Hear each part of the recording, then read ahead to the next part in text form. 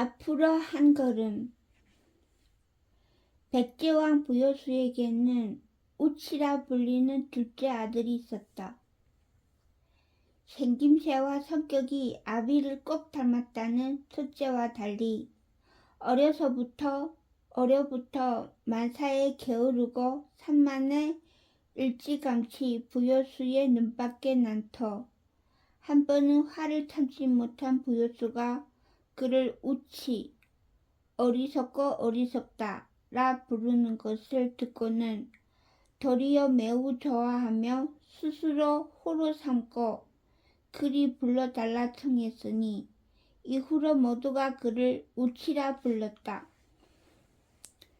그는 왕자라는 신분에도 불구하고 한직의 수군을 맡아 빈둥거리며 세월만 흘려보내고 있었는데 이제 백제와 고구려의 전 군사가 수곡성에 모인다는 소식을 듣자 제 임지를 떠나 부랴부랴 한산으로 올라와 부여수를 찾았다.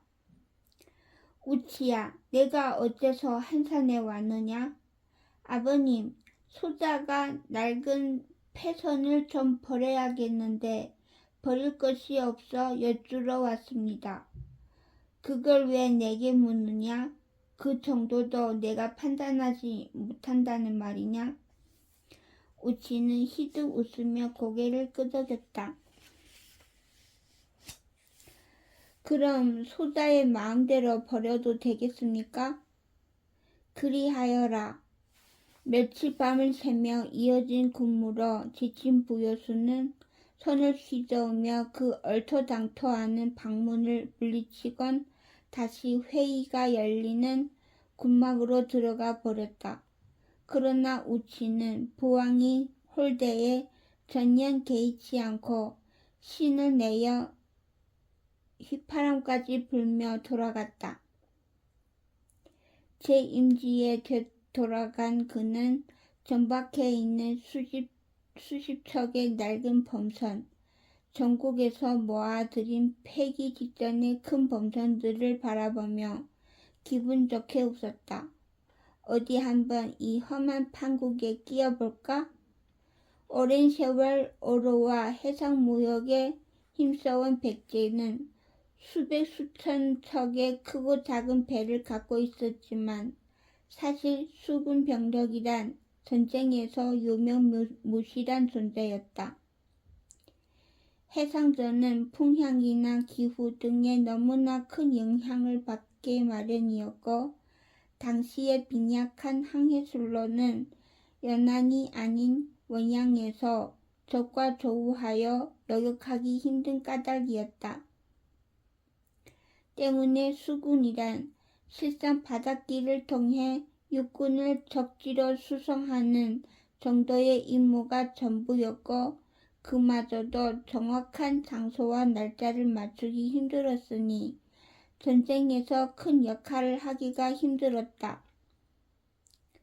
부관은 고개를 갸웃거리며 물었다. 아니, 저기 왕자님, 우리 수군이 전쟁에 낀단 말입니까? 그래, 아주 경험 많은 300명의 성원을 뽑아라. 고기잡이에도 쓰지 못할 가장 낡은 패선 30척을 또한 가려 뽑아라. 기왕이면 큰 놈으로. 이미 운항을 나가지 않은 지 오래인 그저 연안에 전박한 채 썩어가던 낡은 패선 30척이 간단한 수리 끝에 준비되었고 거기에 각기 10명씩의 선원이 승선했다. 무엇을 하려는 심산인지 모두가 고개를 갸웃거리는 와중에 우치는 대뜸 출항의 명령을 내렸다. 가자, 몽땅 고구려에다가 버려버릴 테다. 아니, 버리자고요? 그게 어찌 전쟁에 끼는 것입니까? 연이은 질문을 히끅거리며 얼버무린 우치는 가장 먼저 패선에 올랐다. 돛은 해질 대로 해진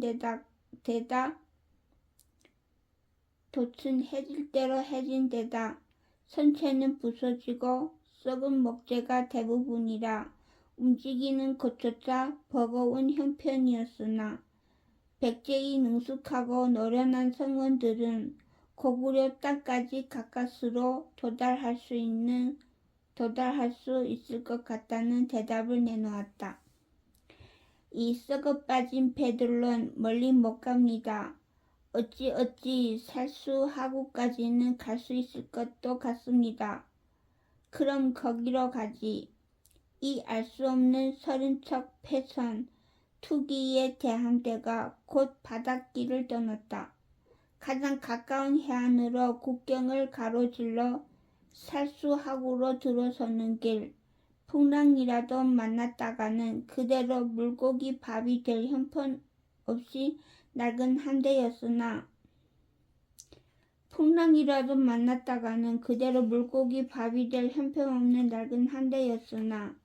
맨 앞에서 섬 위에 오른 우치는 시동일관 희죽 웃고만 있었다. 그리고 수곡성, 고구려 전역의 3만 군사가 터질 듯 성내에 꽉 들어찬 가운데 이련은 드디어 성문을 열었다. 불과 12월이 밖에는 역시 백제의 대군이 몰려와 있었고 수송병이나 곤병 등을 제외한 군사의 숫자는 대략 고구려군과 비슷할 것이라는 첩자와 천병의 관측이 있었다. 이련은 피땀으로 키워낸 군사들의 선두에서 담담히 말을 몰았다. 과거 분노와 호기만으로 내지르던 뜨거운 웅변 대신 이제 이련은 차갑게 담금질된 가슴으로 침착한 군령을 내렸다. 그와 그의 군사들은 성장해 있었다. 굳이 과장된 외침으로 군사를 고양시킬 필요도 엄한 군령으로 해이한 군기를 단속할 이유도 없었다. 그들은 이미 경험 많은 능숙한 군대였다. 두 군대가 조우했다. 최후의 결전이라 생각해서일까 서로 500보가량의 거리를 두고 진군을 멈춘 군대에서 이련과 부여수는 누가 먼저랄 것도 없이 각기 부장 한 명씩만을 거느린 채 말을 몰아 앞으로 나왔다.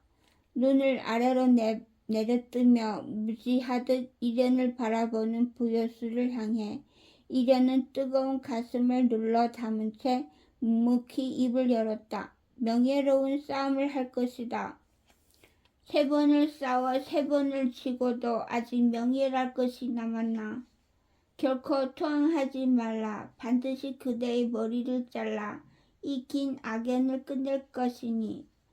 끝내 나라를 망치려는가. 좋은 형을 두었으면 그 보살핌 속에 숨어 사는 편이 좋았을 것을. 부요스가 먼저 말머리를 돌렸다. 곧 이련도 불타는 가슴을 꾹 눌러 담고 입술을 깨물며 말을 돌려 돌아가니 잠시 후 양편 군진에서는 북과 함성소리가 울렸다. 그것으로 두 대를 걸친 3번째의 수곡성 전투가 시작되었다. 고구려와 백제 두 나라 모두 모든 공격을 쏟아부은 필사의 결전이었다. 가자. 두 수장은 각기 손을 들어 적을 가리켰다. 정연하게 일렬로 들어서 있던 양군 선두의 대열이 울렁거리는가 싶더니 곧 세차게 요동쳤다. 도합 6만가량의 군사가 한꺼번에 전쟁으로 죽음으로 몸을 던져갔다. 서로의 살을 찢고 뼈를 부수러 할 수 있는 가장 잔인한 폭력을 휘두르기 위해 그들은 정신을 놓은 채 맹렬히 달렸다. 두려움이든 적에 대한 증오든 모종의 각오든 달리는 군사들의 정신은 마비되어 있었고 그 감정적 고향이 바로 강군의 첫 번째 조건인 사기였다. 고구려 도둑놈들을 잡아다 재갈을 물려 밭을 갈리라. 백제의 수만 과부를 모조리 겁탈해야겠다. 양편 모두 겁냄과 물러섬이 없었다. 두 군사의 가장 앞에서 달리는 선봉장은 누구보다 빠르게 죽겠다는 듯 양팔을 벌리며 달려와 상대의 몸뚱이에 창과 도끼를 들이박았다.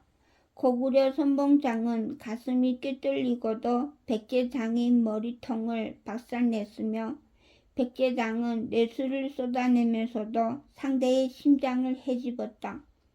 뒤따르는 군사들도 별반 다르지 않았다. 제 목숨을 아끼지 않고 오직 상대를 죽이겠다는 일념으로 몸을 던져갔다.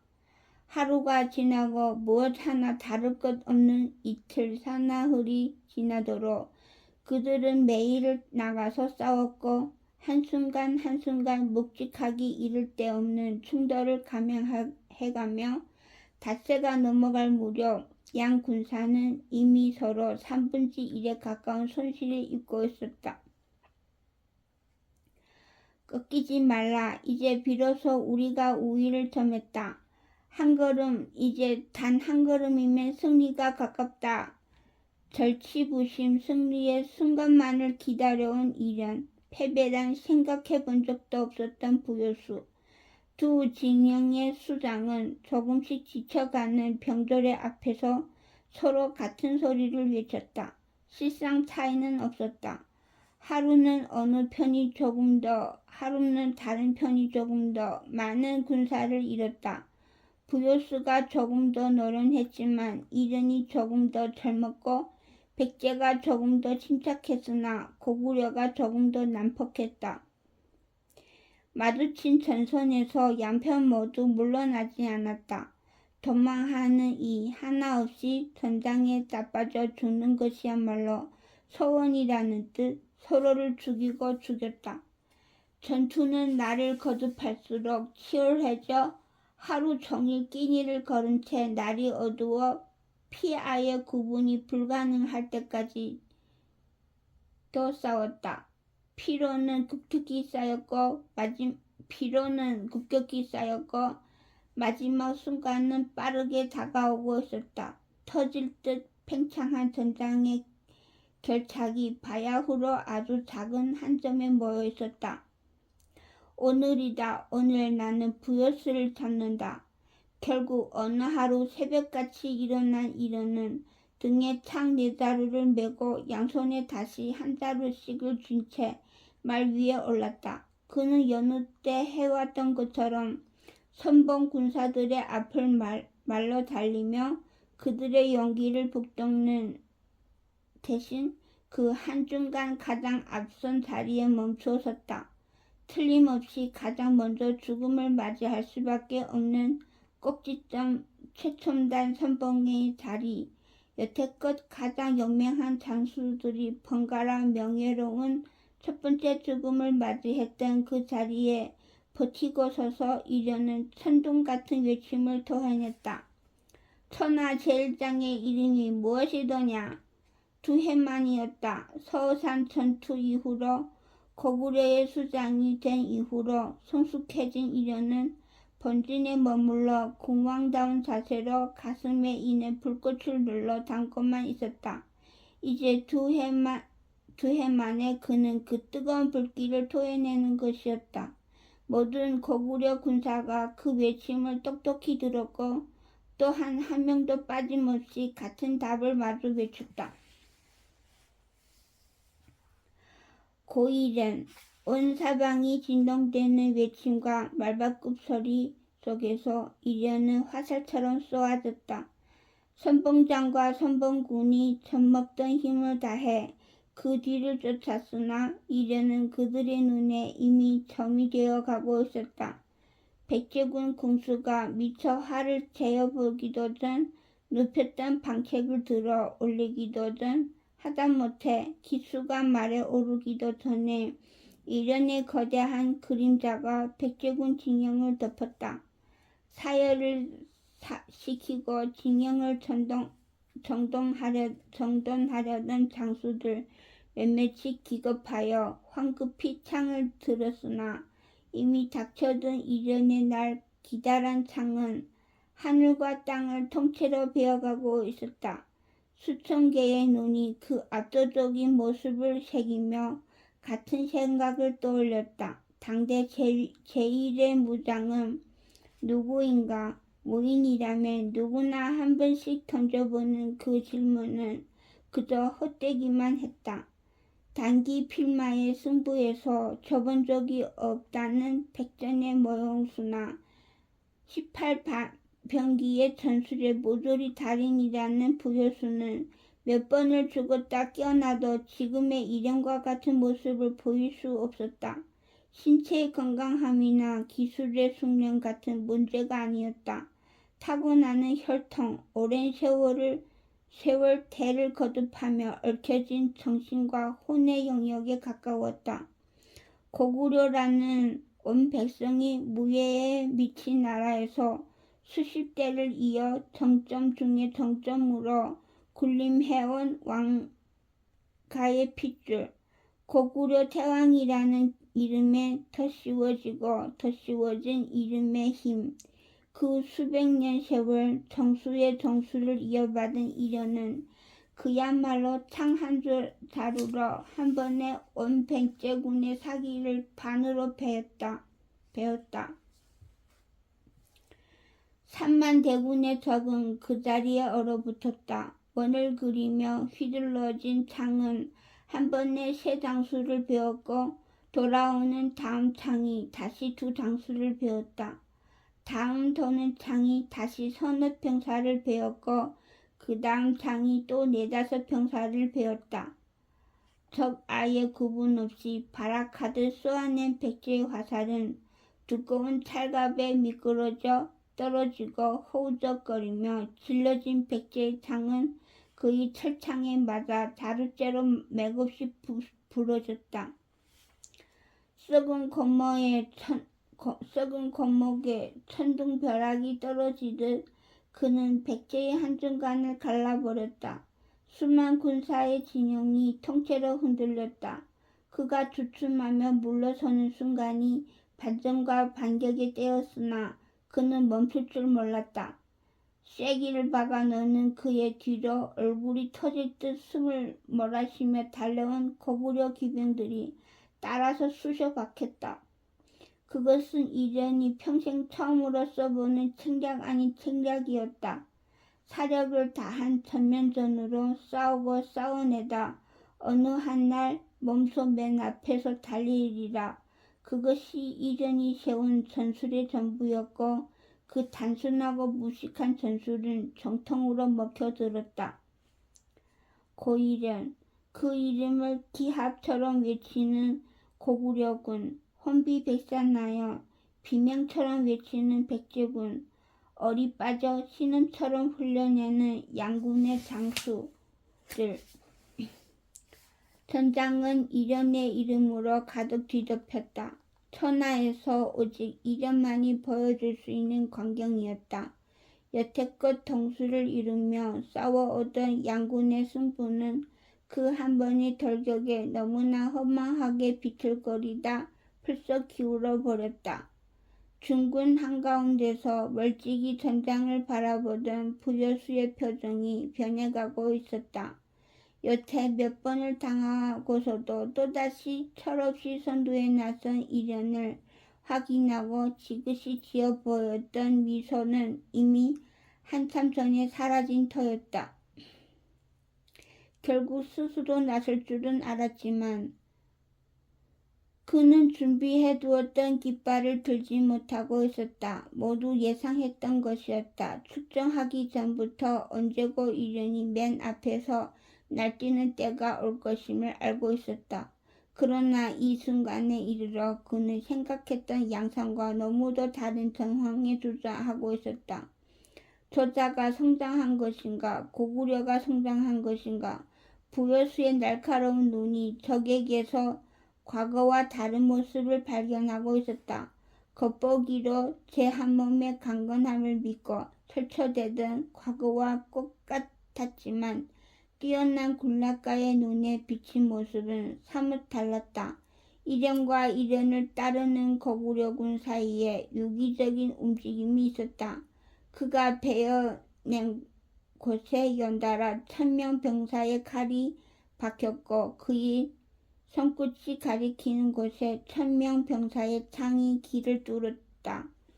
거구려의 군사가 그의 갑주가 병장기가 되고 있었다. 장수의 역량이란 제 수족처럼 부리는 군사의 숫자에 달려있지. 저자는 이제 고작 1000여 명 군사를 부리기 시작했지만 부여수는 짧은 한숨을 쉬었다. 저자에게 부림을 받는 군사가 모두 일당백이 되어버리는구나. 그는 손에 들고 있던 작은 깃발을 흙바닥에 툭 던져버렸다. 거짓 후퇴를 통해 적을 깊이 끌어들여 포위하리라던 약속의 깃발이었다. 부여수는 고개를 젓고 있었다. 지금의 일행과 그의 군사란 생전 겪어본 적 없는 압도적인 강병이었다. 자칫 그런 군사를 유인했다가는 미끼와 본진이 함께 거덜날 판이었다. 어떤 멍청한 짓도 극에 달하면 도에 이른다더니 딱 그 꼴이구나. 그가 일평생 배우고 펼쳐낸 병법은 지금 이련히 벌이는 짓, 대군의 수장이 직접 혼전에 뛰어드는 행위야말로 가장 해서는 안 되는 짓으로 명확히 규정하고 있었다. 물론 그 또한 선두에서 말을 달릴 때가 있었지만 경우가 달랐다. 그때는 반드시 안전이 보장되어야만 했다. 목숨이 아까워서가 아니었다. 수장이 죽으면 그 전쟁은 끝나는 것이었다. 당장의 이득 따위보다 수백 배는 큰 손해가 오는 것이었다. 그런데도 적의 철없는 수장은 전선 한가운데에 뛰어들어 있었고 그 얼토당토하는 도박의 백제군은 지리멸렬하고 있었다. 어쩔 수 없지. 저 노름에 어울려 주는 수밖에. 시시한 계략이 통할 판국이 아니었다. 전장은 이미 정직한 힘과 혈기로 미친 듯 여도치고 있었다. 대등한 힘으로 대등한 사기를 끌어내지 않고서는 도무지 맞설 길이 없었다. 어둡잖은 장수를 보내서는 더욱 짙은 패색을 드러낼 뿐이리라. 최소한 적장과 같은 믿음의 무게를 가진 이가 나서야만 막아설 수 있으리라. 부여수는 눈을 들어 사방에 제 진중을 한번 둘러보았다. 나서라. 백제의 가장 날래고 용맹한 장수가 누구인가? 없었다. 이름 있는 명장이 없는 것은 아니었다. 부여구의 시대에서부터 전장을 달려온 노장들은 잔뜩 있었다. 강대한 잘 훈련된 병사들의 병권을 쥐고 노련한 경험과 전술을 쌓아 올린 무게 있는 노장들이 10손가락으로 다 세지 못할 만큼 있었으나 그들은 지금 하나같이 전장을 찬찬히 관조하고 있을 뿐이었다. 경솔하지 않았고 호들갑을 떨지 않았으나 그들은 무엇도 하지 않고 또한 무엇도 하지 못하고 있었다. 정작 싸워내야 할 젊고 피 끓는 싱싱하게 펄떡대는 장수가 없었다. 왜 없는가? 어째서 백제가 늙어버렸는가? 그리 홀로 물었으나 이내 스스로 그 답을 깨달았다. 부여구의 시대에 자라난 젊은 장수, 새 시대 영웅이란 지금 왕이 되어버린 오직 부여수 본인뿐인 까닭이었다. 무예와 지략이 타의 추정을 불허했고 왕가의 혈통을 지녔으며 신체가 크고 용모까지 훌륭했던 그와 견줄 다른 장수가 있을 리 없었다. 백제 전장의 주역이란 항상 부여수였고 그는 나라의 모든 신망을 누구에게도 나누지 않은 채 독차지해왔다. 그는 다시 한번 군진을 둘러보았다. 아까까지 보이지 않던 눈길이 이제 보이고 있었다. 본인이었다. 장졸이 모두 그에게 묻고 있었다. 왜 나가서 싸우지 않는가? 고구려의 영웅이 저리 날뛰는데 백제의 전설은 그들의 위대한 영웅은 무엇을 하는가? 그렇군. 부여수는 생각을 마치고 창을 붙잡았다. 그 역시 과거 수백 개의 전장을 넘으며 패배해 본 적이 없는 무인이었다. 지난번과 같이 자로 짧은 단창이 아니었다. 어린 날 셀 수 없이 휘둘렀던 길고 무거운 창을 잡아들며 그는 각오를 다졌다. 그로써도 이 도박에는 목숨을 걸어야만 했다. 적장 이전의 무위란 평생 접해본 적 없는 생소하고 압도적인 폭력이었다. 난폭하구나. 하여도 전장에는 변수가 많은 법이다. 간단한 심호흡을 툭 끊어내며 허공에 창을 휘둘러 유려한 원을 그려 보였다. 동시에 경쾌하게 말을 달리려는 찰나 부여수는 가하던 박차를 멈추었다. 재차 힘차게 발을 들었던 그는 또다시 박차를 가하지 않고 멈추었다. 당혹스러움이 그의 눈에 물들었다. 그는 한 번 더 숨을 들이켰으나 또다시 말을 달리지 못했다. 움직여지지 않았다. 마지막 순간 그는 죽음의 냄새가 진하게 풍겨오는 낭떠러지에 발을 올려놓지 못했다.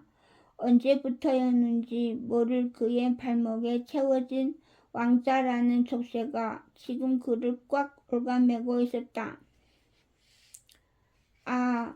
그를 향했던 수백 수천 개의 눈길에도 당혹이 물들었다. 바로 전 성난호랑이처럼 창을 붙잡아 들 때만도 반가움과 기대로 가득 찼던 눈길에 순식간에 불신과 의문이 깃들었다. 부여수는 그들과 눈을 마주치지 못하고 동공을 떨었다. 도무지 움직이지 않는 허벅지를 부서져라 주먹으로 내리치며 그는 말 위에 앉은 채 이러지도 저러지도 못하고 아까운 시간만 흘려보냈다. 어째서 부여수가 망설이는 사이 전장에 이르는 더욱더 무시무시한 기세를 떨쳐내고 있었다. 삽시간에 백제 전군을 모조리 박살낸 그는 직접 전군장의 목을 한 창에 꿰뚫고 병력처럼 괴성을 지르고 있었다. 백제군은 허수아비처럼 목숨을 내놓을 뿐 이렇다 할 저항조차 하지 못했다. 등을 돌려 도망하지 않는 것만도 대단한 용기라 칭찬할 만한 형국이었다. 그와 고구려 군사가 지나는 곳마다 허망한 길이 열렸고 시체가 쌓였다. 이대로는 부여수는 도저히 나오지 않는 말을 목구멍에서 끌어내야만 했다. 가까스로 꺼내려던 말을 도로 삼켰으나 그 작은 목소리에 수천의 귀가 떨리고 수천의 눈이 흔들렸다. 태각이라니 고작 단 한 명의 적이 두려워 저리 허벅지를 떨다 후퇴라니 그것이 진정 백제의 영웅이더냐. 비난과 질책과 회한이 모조리 섞여 그로 향하고 있었다. 부여수는 눈을 감아버렸다. 평생 쌓아온 업적과 공훈이 송두리째 부서져 흩어지는 것을 느끼며 그는 태각이라는 소리를 힘겹게 다시 한번 입 밖으로 내밀며 눈을 떴다. 그러나 그 순간 그는 입을 꾹 다물어 버렸다. 그의 눈에 비친 정황의 미묘한 움직임이 보인 탓이었다. 아주 약간의 소란, 불과 몇 명의 고구려 전령이 깃발을 들고 급히 달리는 모습, 전장 한 군데에 이른에게로 미친 듯 달려가는 모습, 그런 것을 부여수는 발견하였고 그것은 너무나 내기 싫었던 소리에 훌륭한 변명거리가 되었다. 부여수는 풍이라도 맞은 듯 눈꺼풀을 떨며 기다렸다. 그리고 그것은 천운이 되었다. 무슨 일인지 무슨 까닭인지 알 수도 짐작할 수도 없었지만 전령의 이야기를 들은 이련은 말과 창을 멈추었고 따라 달리던 고구려 군도 제자리에 멈추었다. 곧 이련은 뭐라 알아듣지도 못할 괴성을 온 사방이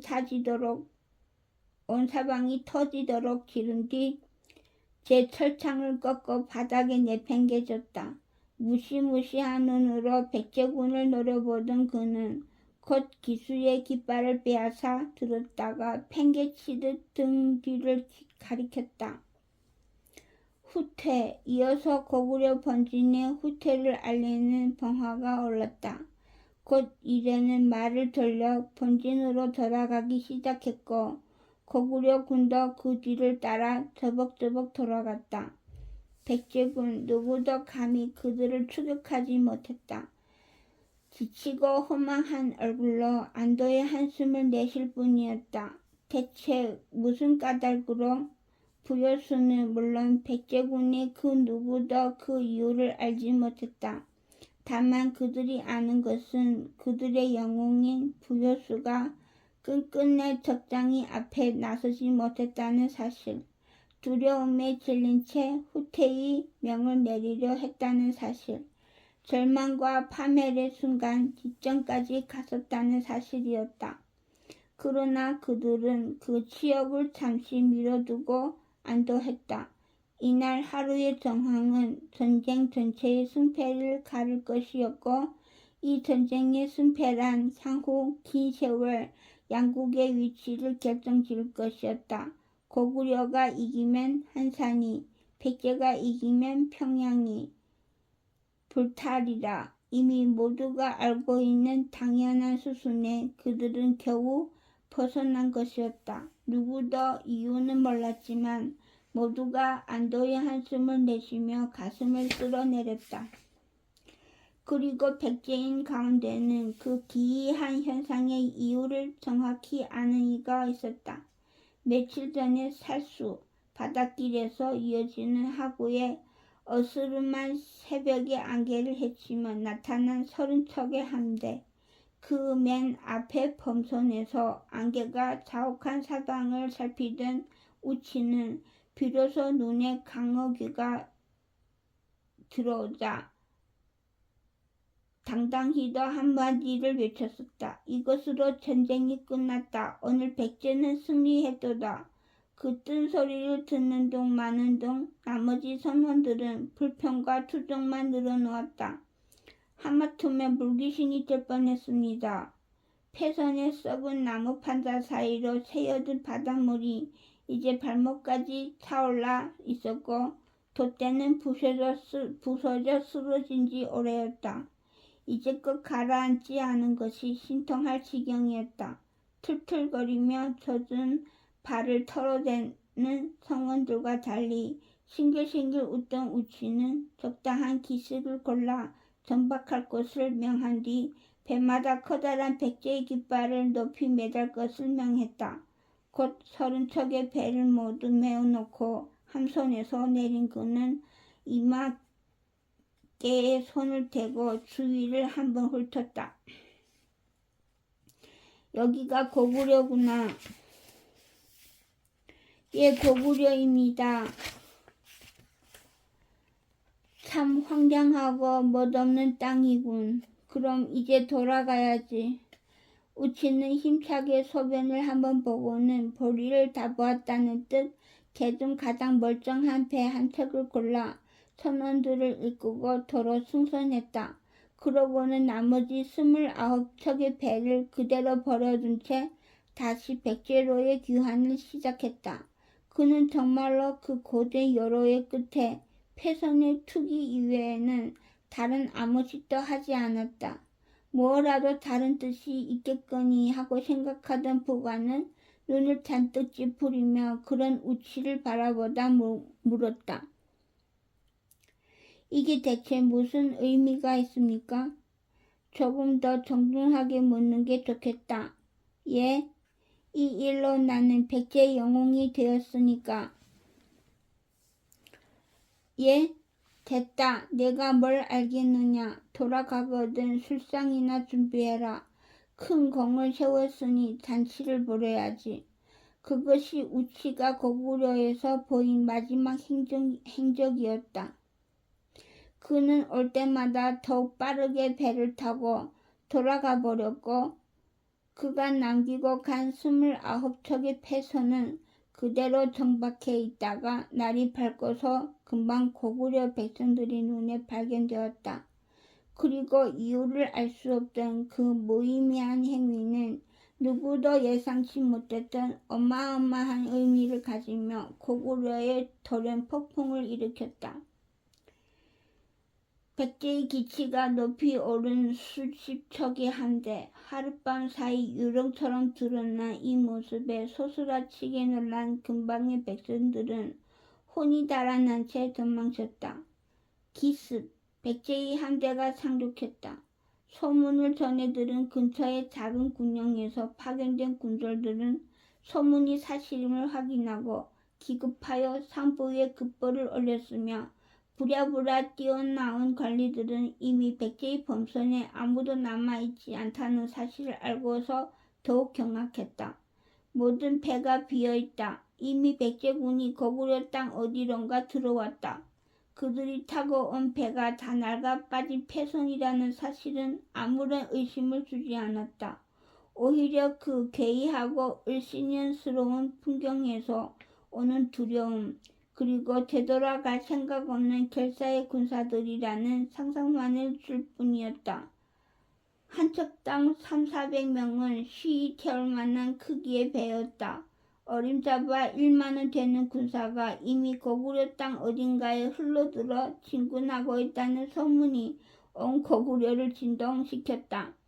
대체 어디로 향했단 말인가? 어째서 고구려 전역에 그들을 보았다는 자들이 없어? 그런 군사가 갑자기 어디서 났다는 말이요. 수년간 백제 전역을 샅샅이 감시했건만 어떠한 첩보도 없었는데 반드시 찾아야 해.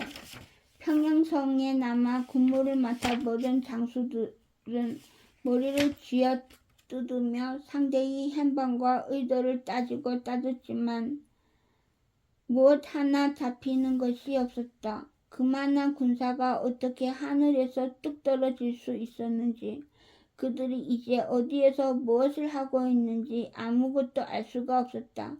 수색군이란 수색군은 모조리 풀어 나라 전역을 뒤지게 하였으나 어디에서도 백제군은 찾아지지 않았다. 찾기만 찾아내기만 하면 방법이 없는 것도 아니었다. 그러나 그들은 결코 찾아지지 않았다. 1만 백제군이 상륙했다. 절체절명의 위기였다. 이미 온 나라의 여력을 모조리 짜내어 수곡성으로 보낸 지 오래였다. 멀리 국경을 지키는 군영들을 제하면 수도 평양성을 지키는 고작해야 1천 남짓한 군사가 지금 그들이 가진 전부였다. 만약 그 하늘에 뚝 떨어진 군사가 어디선가 평양성으로 직진하고 있다면, 그렇다면 막아낼 관문도 군사도 없는 고구려는 그대로 멸망이었다. 평양성에는 온 왕족과 나라의 가장 높은 관리들이 수만 백성이 무방비인 채로 맨몸을 드러내고 있었다. 얼굴이 하얗게 질린 관리들은 가능한 모든 인력을 풀어 적의 행방을 찾았지만 어디에도 없었다. 어딘가에 있어야만 하는 그들이 어디에도 없었다. 언제 어디에서 어떻게 나타날지 고구려의 누구도 알 수가 없었다. 도무지 방법을 찾아내지 못한 채 호들갑을 떨며 발을 구르던 수도의 관리들은 결국 수국성의 이련에게 전문을 보내야만 했다. 백제군의 허를 찔렀다. 고구려의 심장이 평양성이 위험하다. 험산을 넘었던 옛 모형왕의 기습과 똑같은 꼴이다. 이대로면 고구려는 곧 무너지고 말리라. 전령은 맨날 며칠 가슴이 터지도록 필사적으로 달려 수국성에 전문을 전했고 급한 신호에 군사를 물려 돌아온 이련은 전문을 손에 받아들자마자 알아들을 멈출 수 없는 외침을 지르며 피를 토해냈다. 모든 것을 다 바쳐 그토록 열정적으로 그토록 끈기 있게 준비해온 세월이 산산이 부서지는 순간이었다. 온 고구려가 기울여온 노력이 일거에 물거품이 되고 있었다. 백제가 숨긴 비수는 이미 고구려의 심장에 비껴들고 있었다. 또 한 번 백제의 속임수에 당하고만 것이었다. 돌아간다. 무슨 일이 있더라도 평양성은 구해내야 한다. 이래는 제 얼굴을 피가 나도록 쥐어뜯으며 괴로운 음성을 토해냈고 그것으로 고구려는 수곡성을 포기하고 물러서야 했다. 한 발짝만 더 내디디면 잡힐 것만 같던 승리는 이미 사라져 있었다. 거대한 역전이 일어났다. 고구려의 대패였다. 후퇴하는 고구려군을 향해 다 죽어가던 부여수의 백제군은 되살아나 악착 같은 추격을 시작했으며 고구려군은 매일 수백의 군사를 방패막으로 미끄러 던지면서 도주해야 했다. 심리를 도주하면 심리를 쫓아왔고 백리를 도주하면 백리를 쫓아왔다. 평양성까지 물러나는 내내 고구려군은 무방비로 온 살을 물어뜯겨야 했다. 그래도 도성은 구해내야만 한다. 피눈물을 흘리며 고구려는 후퇴했다. 마침내 평양성에 다다른 고구려군은 문을 굳게 걸어 잠근 채 각 관의 성벽을 지키는 데에만 온 힘을 기울였다. 평양으로 이르는 관문들은 높고 두꺼웠으니 쉽사리 무너질 일은 아니었으나 수곡성에서부터 평양성 근방에 이르기까지 그 넓은 땅과 많은 성은 이미 백제의 발에 짓밟혀 있었다. 이른 군사와 물자 또한 헤아릴 도리가 없을 만큼 어마어마한 양이었다. 그만한 참패도 드물었다. 선왕 사유의 대에 겪었던 수치가 또다시 반복된 셈이었다. 고구려는 또 한 번 평양성 앞까지 적을 들였고 도성을 유린당해야만 했다. 그 적은 평양성을 찌른다던 적은 어디에 있느냐? 없었다. 칼을 맞대고 싸우던 백제의 본군이 모두 평양성에 닿았을 때까지도 그 군사는 보이지를 않았다. 지원을 요청해오는 지방의 성주도 없었고 하물며 그들을 보았다는 초병조차도 없었다. 처음부터 없는 군사였음을 그제야 고구려는 알 수 있었다. 으아! 수년을 철치부심 다져왔던 이련의 마음이 꺾이고 있었다. 나는 어찌 이다지도 쓸모없는 인간이더냐. 어째서 무엇을 해도 실패만 한단 말이냐. 형님은 어째서 이 무능한 인간에게 이런 중책을 맡기신 것이오. 단 한 번을 이기지를 못하지 않소. 그토록 많은 기대와 믿음을 온 고구려에서 빌려왔건만 결국 모조리 내던진 셈이 아니오. 이련은 짐승처럼 울부짖으며 제 창칼 10대짜리를 등에 짊어지고 달려나가 성문을 열라. 적을 모조리 죽이고 나도 죽겠노라며 장수들과 신하들의 만류 속에 피거품을 물고 매일 정의를 외쳤다.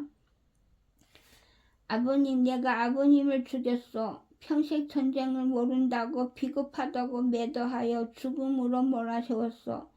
그 영약한 뼈와 마른 가죽으로 저 도둑놈들 한가운데를 뛰어가게 한 것이 바로 나요. 그런데 나는 무엇을 하고 있느냐 말이요. 70노인보다 못한 배짱으로 숨어 적이 돌아가기만을 벌벌 떨며 기도하고 있어. 아, 용서하시오. 아니, 용서하지 마시오. 이놈들아, 문을 열어라. 나는 죽어야만 한다. 내 어찌 살란 말이냐. 대체 무슨 낯으로 살으란 말이더냐. 사실 더 이상의 싸움은 없을 것이었다. 전쟁은 이미 끝난 셈이었다. 비록 고구려가 수십 배는 큰 손해를 보았지만 한번 크게 짓밟혔던 백제군에게 평양성마저 함락시킬 만큼의 군사적 우위가 있지는 않았고 그 시간을 버텨낼 물자가 남아있지도 않았다. 설령 점령한들 백제에게 그만큼의 땅을 경영할 만한 여력이 있지도 않았다. 그럼에도 굳이 부요수가 평양까지 진군한 것은 일종의 상징, 백제와 고구려 사이에 그만한 격차가 있음을 공고하게 선언한 셈이었다. 돌아가자. 다만 서호산에 복수는 하고 가야겠다. 핏발선 눈으로 평양성을 노려보던 부여수는 그리 말하며 근방의 모든 거울을 전소시키라는 명을 내렸다.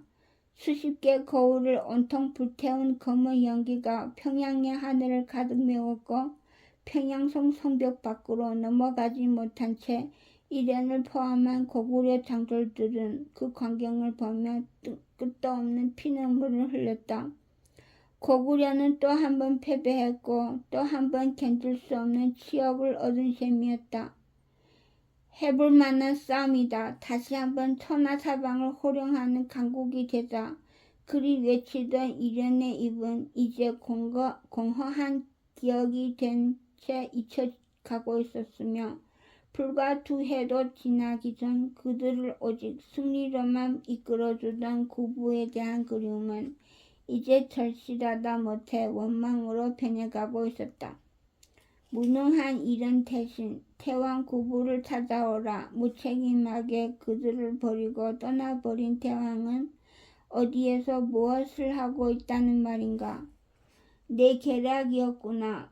부여수는 한산으로 돌아가서야 이 싸움의 승패를 가른 전공에 따로 주인공이 있음을 알았다. 영문을 알 수 없던 고구려군의 급박한 후퇴는 아들 우치의 작품이었고 그 덕에 백제군은 그날 패배에서 벗어날 뿐 아니라 승리까지 거둔 셈이었다. 부여수는 그를 도성으로 불러들였다.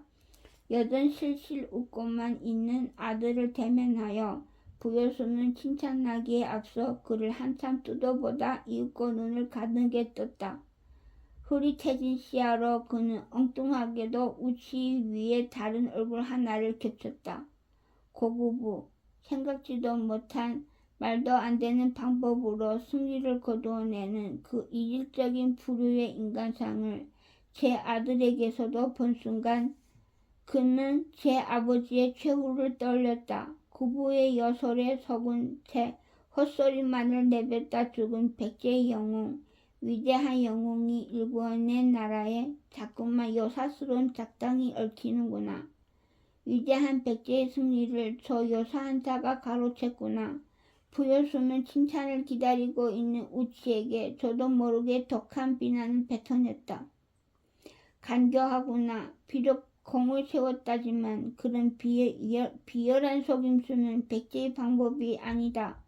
그리 말하면서도 부여수는 제 무릎을 움켜쥐었다.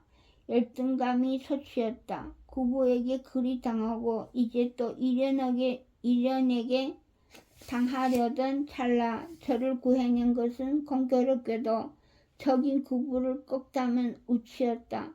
눈을 크게 뜬 우치가 뭐라 한변하려는데 부여수는 손을 들어 그의 말문을 막았다.